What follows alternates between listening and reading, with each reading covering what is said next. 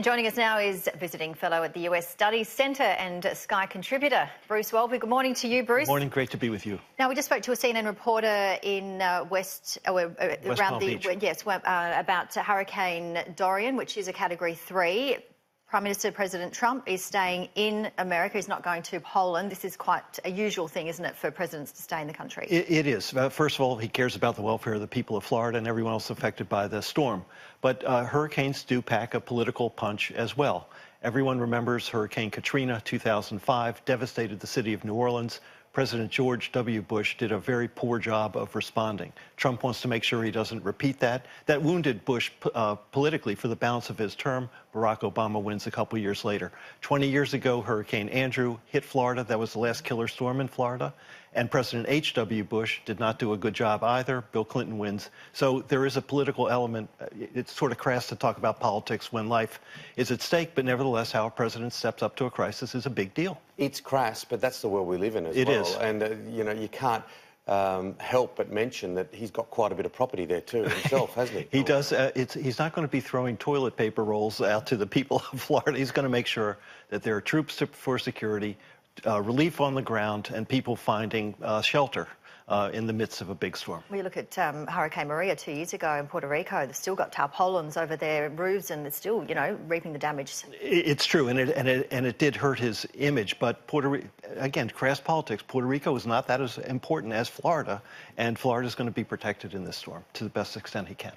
So they're all coming off a break as well now, aren't they, when we move away from Florida and look at the engine room? Yes, indeed. Congress will be back next week. There will be the questions of impeachment again will come back as the House Judiciary Committee gets back in session, whether administration officials will testify. So the temperature is going to go up in Washington as summer ends. Democratic race, it is in Houston, Texas in a couple of weeks. Interesting to note, Biden, Warren and Sanders will be debating for the first time. People who are observing the race really want to see the top three contenders face to face. What's been interesting is over the northern summer, Biden has kind of held his ground, and he is in polls. He's polling about 30%.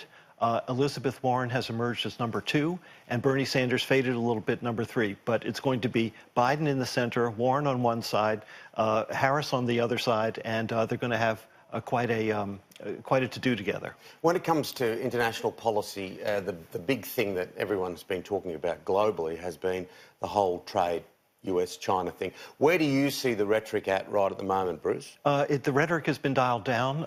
There's prospects for talks. There were some telephone conversations on Thursday at the deputies level. So people are hopeful that, in fact, this will get back on track a little bit. But the Hong Kong situation, as you've been reporting this morning, very tight. Whether there's going to be violence, what happens in Hong Kong could affect what happens with the trade talks.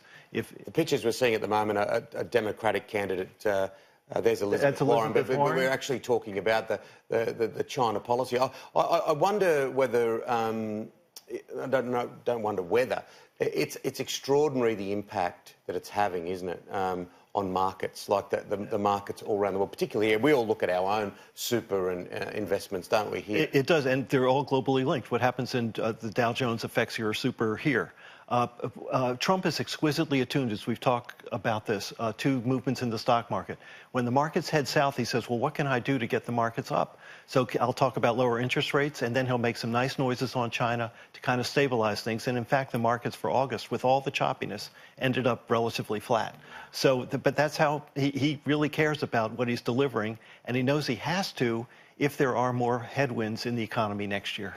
Former Defence Secretary James Mattis, he broke his silence about leaving his role early this year. What's the latest on that? Well, this is really interesting. Mattis was one of the most respected members of the cabinet. He was seen as the ultimate. He's a decorated Marine veteran, a proven warrior, someone that President Trump has really respected.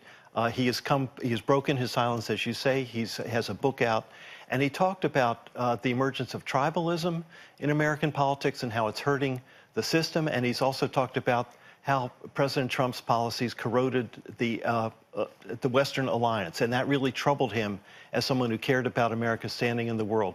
So this is having a big impact on perceptions in Washington about Trump. He hasn't gone out and written a tell-all. It says, this is what happened when I talked to Trump. But he's really criticized the president. And from someone like Mattis, that does have an impact on people's thinking. Not a lot sinks in, though. Look, there's such a Teflonic nature to his presidency. It's he's just this steamroller that just keeps going straight. You're absolutely right. Given everything, he's still at 43, 45%. So, and that is kind of his base, which makes the Democratic task even harder because he's not plummeting. And and we've talked about this, is the Democratic nominee really going to be electable? Is it going to be too far to the left to get the center? Are they going to have the right character? Joe Biden.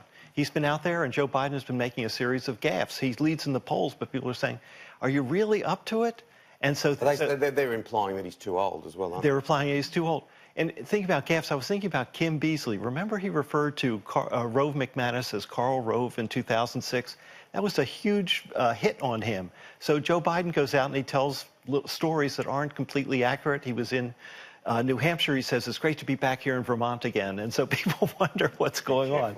So can he last? We'll see. What about the Republicans? The Republicans are, what's really interesting on the Republican side is that Trump has a really serious challenger in the primaries. Trump is going to crush him, but this guy is visible. His name is Joe Walsh. The interesting thing is if you look back on 50 years of presidential races, when an incumbent president has a challenger in the primaries seeking re-election, that president has not been unable to win another term. So President Clinton, President Obama, President Reagan did not have challengers, 2 terms. Jimmy Carter, Jerry Ford, George H.W. Bush had challengers. They didn't win re-election. So it's not Newtonian physics. There are no laws here, but it's kind of interesting from a historical perspective. Well, our thoughts are with the people of Florida, of course. Absolutely. I mean, they're used to hurricanes, but this is a big one. This is a serious storm, and when it comes to the US, look, they've been on holidays, but we've already had 40,000 stories a week, even when they're on holidays. So it's going to be a busy whole few weeks. And we'll have a lot to talk about next week, that's for sure. Good to see you. Great to see you. Thank you, Janie.